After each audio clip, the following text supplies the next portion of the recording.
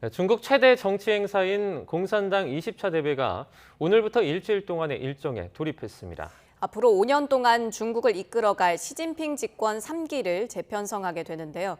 베이징 연결해서 자세한 이야기 들어보겠습니다. 강정규 특파원. 네, 베이징입니다.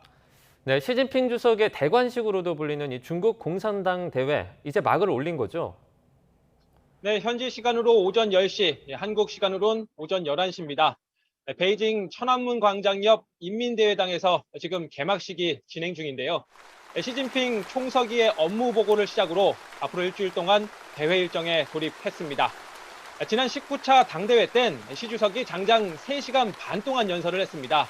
지난 5년 동안의 성과를 결산하고 향후 5년의 청사진을 제시하는 내용입니다. 이 5년마다 열리는 중국 당대회, 100년 전쯤인 1921년 상하이에서 처음 열린 뒤 이번에 20번째를 맞이했습니다.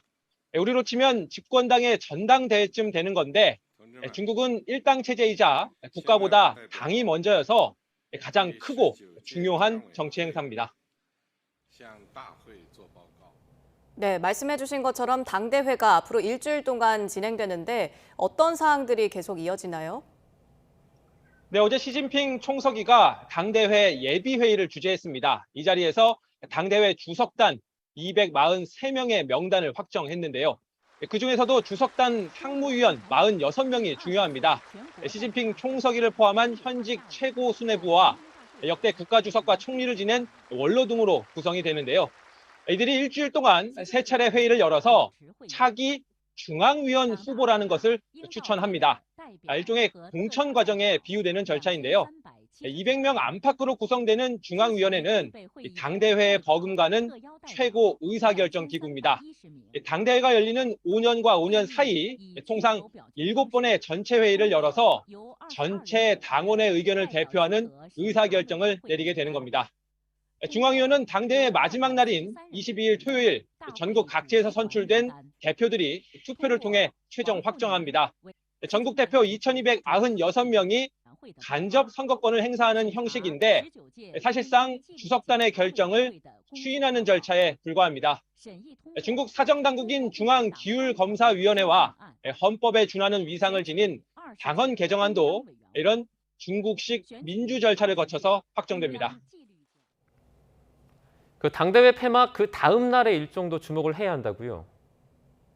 네, 당대회 폐막 이튿날인 23일 일요일 새로 구성된 중앙위원들이 첫 번째 전체 회의를 엽니다. 줄여서 20기 일중전회라고 부르는데 여기서 차기 정치국 위원 25명을 선출합니다. 그중에서도 핵심은 7명 또는 9명으로 구성되는 상무위원입니다. 중앙위원회 위임을 받아서 앞으로 5년 동안 전권을 행사하게 되는 조직입니다. 전체 인구의 7%에 불과한 중국 공산당이 중국을 이끌어 나가고 전국 대표에서 중앙위원, 다시 정치국, 그리고 상무위원으로 권력이 집중되는 피라미드 구조입니다. 더 나아가 이번 대회는 시진핑의 장기 집권과 집중 통일 영도를 추진하는 대관식이 되는 겁니다. 예, 시진핑의 사념임이 거의 확정인데 현지 관심도는 어떻습니까? 네, 제가 목에 차고 있는 이 기자증, 이게 이번 당대회 취재를 허가하는 외신 기자증입니다. 공산당은 이번 당대회에서 이런 기자증을 받은 외신 기자들이 모두 750명이라고 발표를 했습니다.